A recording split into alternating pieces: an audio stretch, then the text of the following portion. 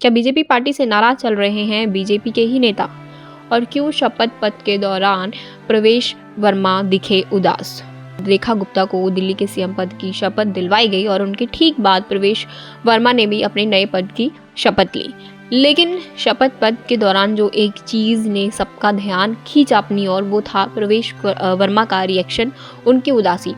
उनके फेस से, उनके चेहरे से साफ साफ झलक रहा था कि वो अपने पद से खुश नहीं है, क्योंकि इलेक्शन के टाइम पे, चुनाव के टाइम पे ये क्यास लगाए जा रहे थे कि प्रवेश वर्मा, जो कि दिल्ली का एक जाना माना नाम है और पार्टी में उनका डंका बजता है, और इसी के साथ उन्होंने केजरीवाल को इलेक्शंस में, चुनाव में हराया है, तो सबको उम्मीदें थी कि कहीं ना कहीं प्रवेश वर्मा ही दिल्ली के नए सीएम बनेंगे। लेकिन ऐसा नहीं हुआ और रेखा गुप्ता ने बाजी मार ली, और कहीं ना कहीं ऐसा शपथ पद के दौरान दिखाई दिया कि प्रवेश वर्मा उदास दिख रहे हैं, अपने पद से खुश नहीं हैं। तो लेकिन अब सवाल ये आता है कि बीजेपी ने रेखा गुप्ता को क्यों चुना और प्रवेश वर्मा क्यों पीछे रह गए। तो आइए जानते हैं कि प्रवेश वर्मा सीएम की रेस से क्यों पिछड़ गए, आखिर क्या ऐसे कारण थे। तो देखिए, रेखा गुप्ता ने दिल्ली के मुख्यमंत्री पद की शपथ ले ली है। रेखा के ठीक बाद प्रवेश वर्मा को मंत्री पद की शपथ दिलाई गई।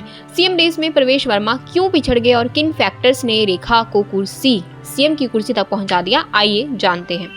राष्ट्रीय राजधानी दिल्ली में भारतीय जनता पार्टी की सरकार का आगाज हो गया है। रेखा गुप्ता ने केंद्र शासित प्रदेश दिल्ली के मुख्यमंत्री पद की शपथ ले ली है। रेखा गुप्ता के साथ ही उनकी कैबिनेट के 6 मंत्रियों ने भी रामलीला मैदान में आयोजित विकसित दिल्ली शपथ समारोह में पद एवं गोपनीयता की शपथ ली।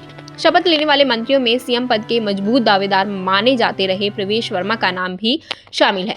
बीजेपी के रेखा गुप्ता को सीएम बनाने के दाव के पीछे क्या है और प्रवेश वर्मा क्यों सीएम रेस में पिछड़ गए, आइए जानते हैं। पहला, महिलाएं कोर वोटर लेकिन नहीं थी एक भी सीएम।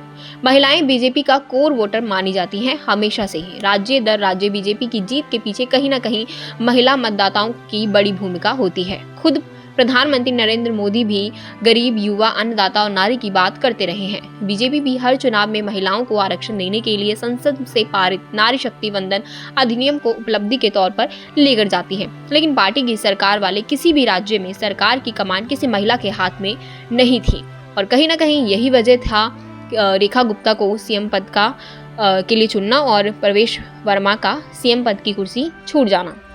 बनिया ब्राह्मण की पार्टी लेकिन नहीं था कोई वैश्य सीएम। बीजेपी की एक पहचान बनिया और ब्राह्मण की पार्टी के रूप में रही है। वोट बेस के विस्तार में अलग अलग जातियों, समाज के अलग अलग वर्गों को जोड़ते बड़ी पार्टी की आज 1.5 दर्जन से अधिक राज्यों में सरकारें हैं। लेकिन पूर्वोत्तर के एक राज्य को छोड़ दे तो कहीं भी सरकार की कमान वैश्य वर्ग से आने वाले किसी नेता के हाथ में नहीं है। और जो रेखा गुप्ता हैं वो वैश्य समाज से आती हैं और एक महिला हैं, इसलिए भी उन्हें सीएम के पद के लिए चुना गया, और शायद एक ये भी वजह थी जिसकी वजह से प्रवेश वर्मा के हाथ से सीएम की कुर्सी गई। प्रवेश गुप्ता का चुनावी डेब्यू ही 2013 में हुआ था, जब वे पहली बार मेहरौली सीट से विधायकी का चुनाव जीते थे।